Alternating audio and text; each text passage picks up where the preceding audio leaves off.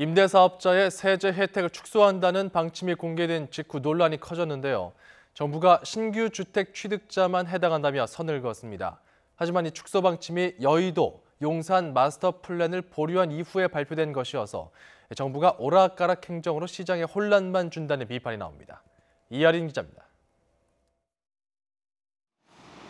민간 임대사업자에 대한 세제 혜택을 축소할 수 있다는 김현미 국토부 장관의 발언이 알려진 지 하루 만에 정부가 진화에 나섰습니다. 기획재정부는 세제 혜택 축소 논의 대상은 시장 과열지구에서 신규 주택을 취득했을 때 한정한다고 강조했습니다.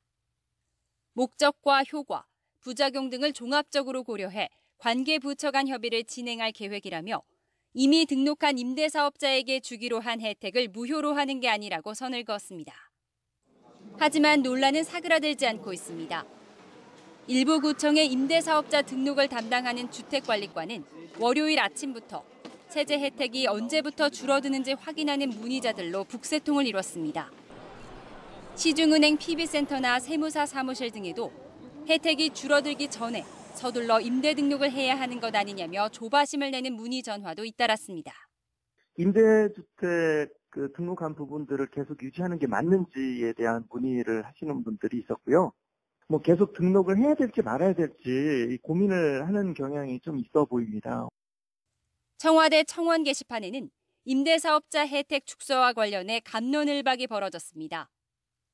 혜택 축소를 철회하라며 정부를 비판하는 임대사업자들과 집값 안정을 위해 혜택을 축소해야 한다는 누리꾼들의 의견이 맞섰습니다. 일관성 없는 정부 정책을 신뢰할 수 없다는 글도 적지 않게 올라왔습니다. 부동산과 관련한 정부의 오락가락 행정은 이번만이 아닙니다.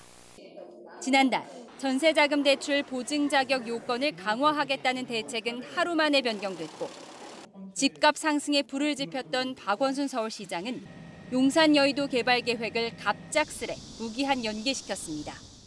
그리고 정책에서 실행한 지 1년도 되지 않아가지고 그것들을 축소하거나 바꾸는 것들은 상당히 문제가 있어 보입니다. 이러한 것들은 이제 시장에 혼란만 줄 수 있기 때문에 부작용이 있다면 제때 바로잡는 건 당연하지만 최근에 논란이 불거진 사안들은 어느 정도 부작용을 예상할 수 있었던 만큼 민감한 시장을 면밀하게 고려하지 않은 채 조급하게 정책을 남발했다는 지적을 받고 있습니다.